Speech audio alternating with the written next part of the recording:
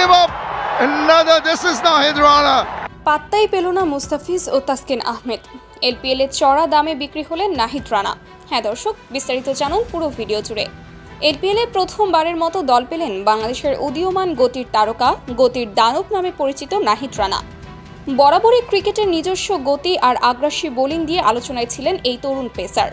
145 kilometre প্রতি ঘন্টার বেশি গতিতে বল করতে সক্ষম নাহিদ অনেক আগেই নজরে পড়েছিলেন ক্রিকেট বিশ্লেষক ও নির্বাচকদের। তবে এবার তার প্রতিভার মূল্যায়ন হলো আন্তর্জাতিক মঞ্চে। লঙ্কান প্রিমিয়ার লিগ এলপিএল এ ডাম্বুলার 10 কোটি টাকার বিনিময়ে খেলবেন পুরো আসর। নাহিদ রানার এই সুযোগ পাওয়া শুধু তার ব্যক্তিগত ক্যারিয়ারের জন্যই নয়, বরং বাংলাদেশের ক্রিকেটের জন্যও এক বড় অর্জন।